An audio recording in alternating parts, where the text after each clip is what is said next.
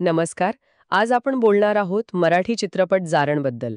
हा सिनेमा सध्या खूप चर्चेत आहे, विशेषतः फेसबुकवरच्या प्रतिक्रिया बघितल्या तर, आणि कमाईच्या बाबतीत पण. हो, नक्कीच. म्हणजे त्यावर बोललंच पाहिजे. आपल्याकडे काही परीक्षणं आहेत आणि त्याच्या यशाचं विश्लेषण करणारे रिपोर्ट्स आहेत. तर यातून आपल्याला हे समजून घ्यायचंय की जारण नक्की का भावला लोकांना? काय आहे त्याच्या यशामागचं कारण? बरोबर. म्हणजे आपण फक्त वरवर नाही बोलणार, आपल्या सोर्सेसच्या आधारे कथानक कसं आहे, कलाकारांनी काय काम केलंय, दिग्दर्शन, अर्थात पैसा, आणि मग प्रेक्षकांना काय वाटलं, ह्या सगळ्यावर जरा सविस्तर बोलूया. उत्तम. मग सुरुवात कथानकापासूनच करूया. आपल्या सोर्सेसमध्ये म्हटलंय की कथा खूप साधी आहे. म्हणजे ग्रामीण पार्श्वभूमी, तिथला संघर्ष, नाती, माणसांच्या भावना.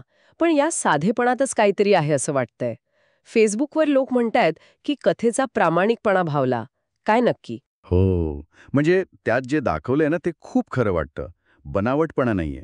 उदाहरणार्थ ते बाप-लेकाचं नातं असेल किंवा शेती आणि त्याभोवतीचे प्रश्न, ते फार फापट पसारा न लावता अगदी थेट मांडलंय.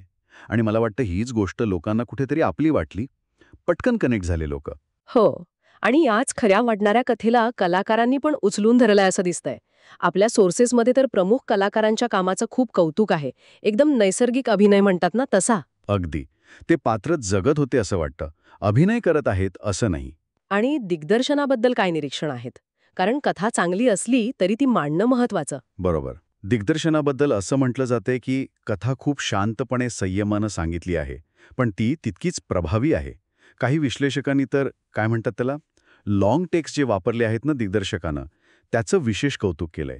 म्हणजे एका शॉटमध्ये जास्त वेळ सीन घेणं, विशेषतः जिथे भावनिक गुंतागुंत आहे किंवा संघर्ष आहे, तिथे त्याचा परिणाम जास्त जाणवतो. अच्छा. म्हणजे प्रेक्षकाला तो क्षण जास्त अनुभवायला मिळतो. अगदी.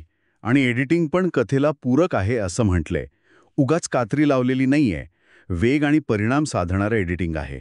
हे झालं कलात्मक बाजूचं. पण पैशांच्या बाबतीत पण भारी चाललाय ना चित्रपट. म्हणजे सोर्सेस सांगतात 6 कोटीहून जास्त कमाई झालीय. मराठीसाठी ही नक्कीच मोठी गोष्ट आहे.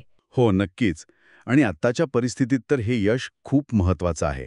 कारण यामागे फक्त चांगला चित्रपट असून चालत नाही. इथे मार्केटिंगचा पण एक वेगळा अँगल दिसतोय.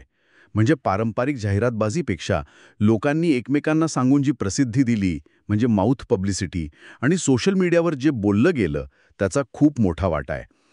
प्रेक्षकांनी चित्रपट पुढे नेला आहे. हे अगदी खरंय. फेसबुकवरच्या प्रतिक्रिया बघितल्या की कळतं ते. लोक फक्त छान आहे एवढं नाही म्हणत आहेत. तर कोणते संवाद आवडले, कोणता सीन जास्त भावला, अरे संगीत कसं होतं, अगदी खोलात जाऊन लिहित आहेत. बरोबर. आणि ह्या प्रतिक्रिया महत्त्वाच्या आहेत. त्या फक्त आवड दर्शवत नाहीत, त्यातून कळतं की चित्रपट लोकांच्या भावनांना आणि कुठेतरी त्यांच्या विचारांना पण स्पर्श करतोय. जेव्हा लोक स्वतःच्या आयुष्यातल्या गोष्टींशी सिनेमाला जोडून बघतात ना, तेव्हा तो फक्त सिनेमा राहत नाही, तो एक अनुभव होऊन जातो. आणि काही विश्लेषकांच्या मते यातले जे सामाजिक संदर्भ आहेत ते लोकांना खूप पटलेत.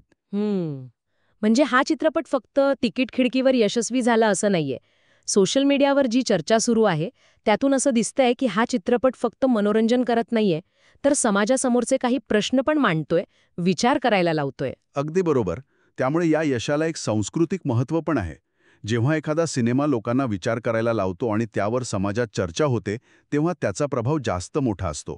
अर्थात काही सोर्सेसमध्ये अशीही नोंद आहे की चित्रपटाचा वेग मध्यंतरी कुठेतरी कमी वाटू शकतो, पण एकंदरीत परिणाम खूप चांगला आहे यावर बहुतेक सगळे सहमत आहेत. म्हणजे थोडक्यात आपल्या सोर्सेसच्या विश्लेषणातून असं दिसतंय की जारणच्या यशाची किल्ली आहे त्याची प्रामाणिक कथा, कलाकारांचा सहज सुंदर अभिनय, प्रेक्षकांशी जोडलं गेलेलं नातं, विशेषतः ऑनलाईन जे तयार झालं ते, आणि हो, व्यावसायिक यशाबरोबरच त्याला मिळालेलं सामाजिक आणि सांस्कृतिक महत्त्व. आणि जाता जाता एक महत्त्वाचा मुद्दा पण आहे जो सोर्सेस मांडतात, की जारणसारखा सिनेमा जो इतका स्थानिक आहे, मातीशी जोडलेला आहे आणि गंभीर विषय हाताळतो, त्याचं यश हे आजच्या मराठी प्रेक्षकांची अभिरुची बदलल्याचं किंवा जास्त प्रगल्भ झाल्याचं दर्शवतं का?